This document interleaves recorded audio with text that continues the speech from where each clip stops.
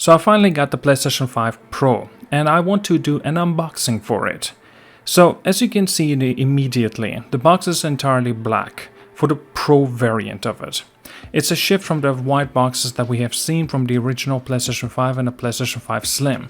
And this all black box lets it being a part of something perhaps special. And yes, of course, being that it is indeed a digital version of the PlayStation 5. Since if you guys already know, digital version of the PlayStation 5 original was also a black box. Nevertheless, as you can see, the front of the image is a beautiful look towards the console of itself with a fresh Pro label right on the logo. Now, as we're turning the box over, you get another image of the PlayStation 5 Pro, accompanied by the DualSense controller, and a quick list of highlights, including of course the larger SSD of 2TB this time. This is actually the first PlayStation 5 model to launch with a 2TB storage option, doubling the base storage from the PlayStation 5 Slim. Now for a digital console like the Pro, this extra space is definitely needed, especially with today's games file sizes. Before opening the box, let's take a look at the overall size of the box. It's actually a bit smaller than the original PlayStation 5 box and only slightly larger than the PS5 Slims, which is actually quite a surprise for a Pro variant. I was half expecting a much larger box. Alright, now let's lift the top flap and get into the contents. The first thing you see as you open it, of course, is the tray with the accessories. Sony put all their essentials right on top. We've got a HDMI 2.1 cable, which means it's of course ready for full 4K at the 120Hz gaming. Of course, you need to make sure that your TV supports that. Next to it, we've got a power cable, a fairly standard affair, but again, quite essential. Then we have a USB-C charging cable, and this time it's USB-C on both ends for faster charging and modern connectivity standards. It's also what you will be using to charge your DualSense controller, which brings us actually to the next item. So, DualSense controller is immediately familiar and quite comfortable. Sony hasn't made any design changes to this controller in itself. It has the exact same look and feels what we have come to know. As usual, it feels solid and responsive with the characteristics heft. And of course, if you use the DualSense, you already know that it's packed with great features such as great haptic feedback, adaptive triggers, and other features that add depth to the gameplay. Now, there are also these weird handles, or should I say legs. They're specifically made for the purposes of putting your PlayStation 5 Pro console on the side. And honestly, I think the best idea is actually putting this console vertically. Then of course we got a typical paperwork, quick start guide, warranty information, and safety warnings. Now let's be honest, most of us aren't going to be reading into these. But other than this, that's all we actually got. So let's get in and take a look at the PlayStation 5 Pro console itself. Now the PS5 Pro is wrapped in protective foam and this sort of a dust cover. Now pulling it out for the first time genuinely feels special. My first impressions, if I had to share it now, it has a surprising sleek, streamlined design. It's definitely an evolution of the original PlayStation 5, with some nice refinements to shape and of course the texture. Sony has gone out for a matte white finish on all four of the removable covers. Gone is the glossy half and half look of the PlayStation 5 Slim.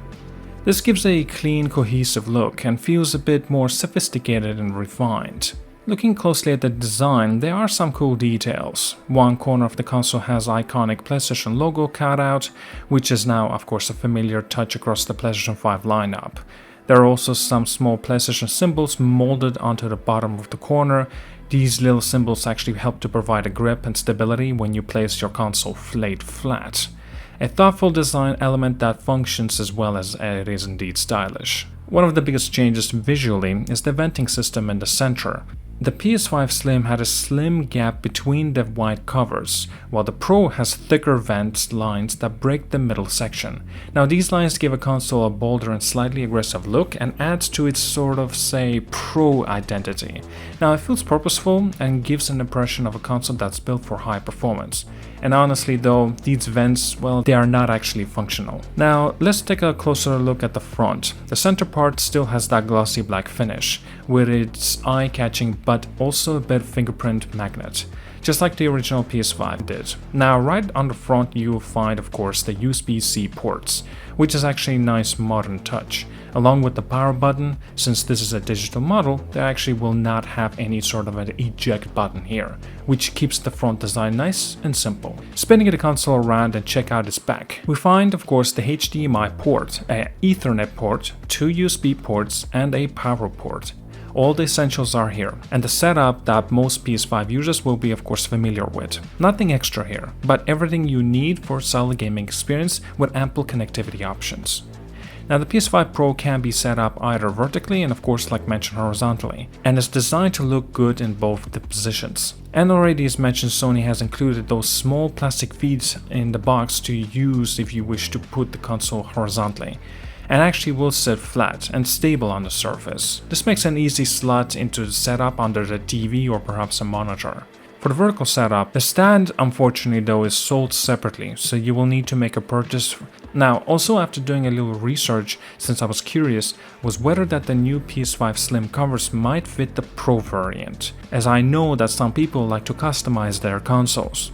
And I found out that the bottom covers are indeed compatible, but the top covers are just slightly different in size and have different clip placements. This means Slim covers won't work entirely on the Pro, which is a big letdown for those looking to reuse covers that they already own. Now, if you're interested in adding disk drive, like I am, thankfully it's an option for the Pro.